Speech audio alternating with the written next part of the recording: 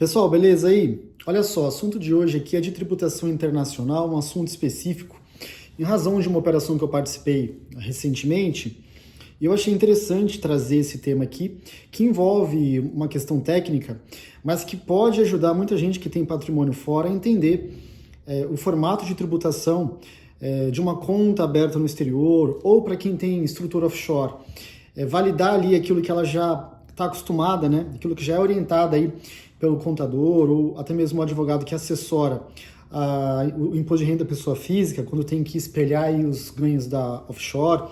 E eu estou gravando isso em 2026, já depois da Lei 14.754 e de já um período aí de amadurecimento dessa nova lei. Porque toda lei que altera uma estrutura de anos, ela passa por um período de entendimentos e dúvidas e, a meu ver, agora em 2026 a gente já tem condições de trazer informações mais profundas aí com relação à Lei 14.754 e ajudar quem tem estrutura estrangeira, seja uma conta bancária ou uma empresa offshore.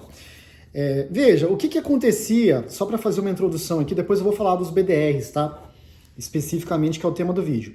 Mas o que acontecia antes de 2024, né? Até 31/12 de 2023, para quem tinha patrimônio fora do Brasil? Basicamente, tinha uma discussão sensível aí com relação a qual tipo de rendimento seria tratado como ganho de capital e, portanto, tributado em 15%, e qual tipo de rendimento seria tratado como ganhos do exterior, né, outros rendimentos do exterior, e que, na época, eram tributados através do Carnê-Leão aqui no Brasil, cuja tributação vai até 27,5%. Então, existia aí, por anos, uma discussão com relação a isso, a Receita se manifestando nos casos de dissolução parcial de empresa, retorno do capital, enfim, tinha um certo contencioso e muita dúvida com relação a isso, porque o entendimento, principalmente do fisco, né, era no sentido de que qualquer coisa que não envolvesse uma operação de ganho de capital deveria ser tratado como 27,5%. Obviamente, porque para a Receita ela vai defender sempre ali aquilo que aquilo que tem cunho mais arrecadatório, né? Ela não vai abrir mão. Não, se há uma dúvida, na minha opinião, pelo menos, e pela minha experiência, o fisco tende a interpretar de forma que seja a alíquota padrão de 27,5%. Então, quem tinha offshore, por exemplo, o entendimento até 2023, né, antes da lei nova, da lei 14.754, era que se você fizesse uma distribuição de dividendos dessa empresa para o residente fiscal aqui no Brasil, esses dividendos eram tributados em 27,5%, ou seja, tabela progressiva. Tá? E se você fizesse, porventura, uma redução de capital, que tivesse ganho cambial, você seria tributado em 15%, porque é uma operação de alienação, aí, né, sujeita ao ganho. Tá?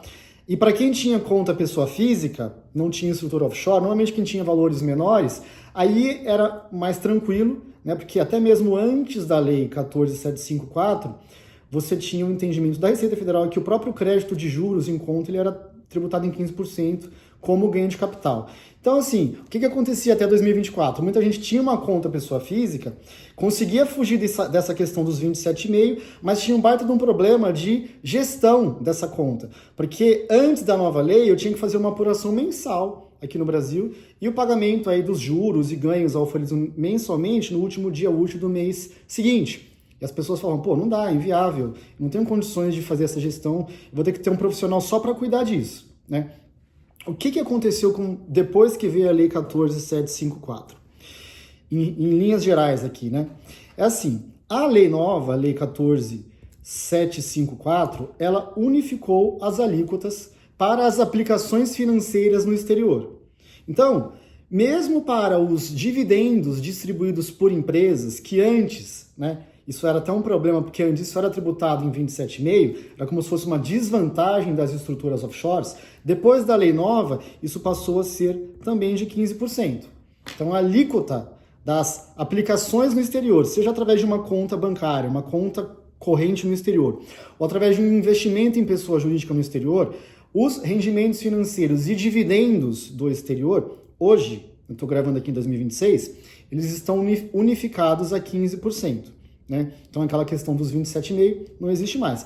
Obviamente que a reformulação da lei trouxe uma baita de uma desvantagem, que é a questão do fim do diferimento. Então, quem tem estrutura offshore, ok, passou a ser 15, mas está obrigado a tributar automaticamente aqui no Brasil, a cada 31/12, com a indicação desse lucro de 31/12 no imposto de renda do ano seguinte, independentemente do saque dos recursos.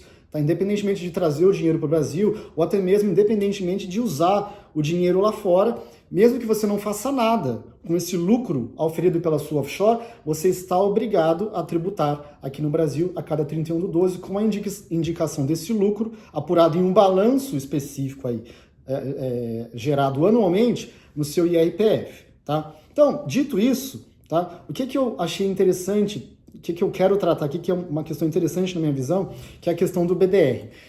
Veja, o que é o BDR em linhas gerais, tá?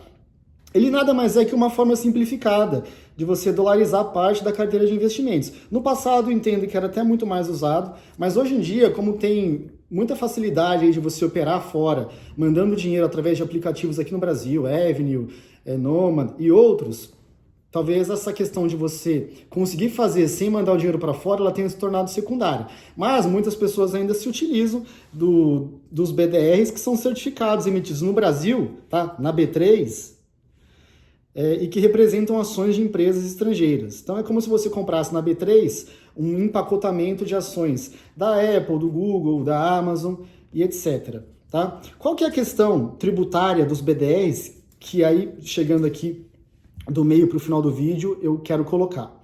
É assim, veja, até antes da lei 14.754, e mesmo você pesquisando no Google hoje aí, né, eu fiz esse teste, né, sobre qual é a tributação dos dividendos dos BDRs. Né? Se você fizer uma pesquisa, e se eu não me engano eu vi conteúdo na internet até depois da lei nova, tá? Existe aí um entendimento de que os dividendos dos BDRs, eles são tributados aqui no Brasil pela tabela progressiva.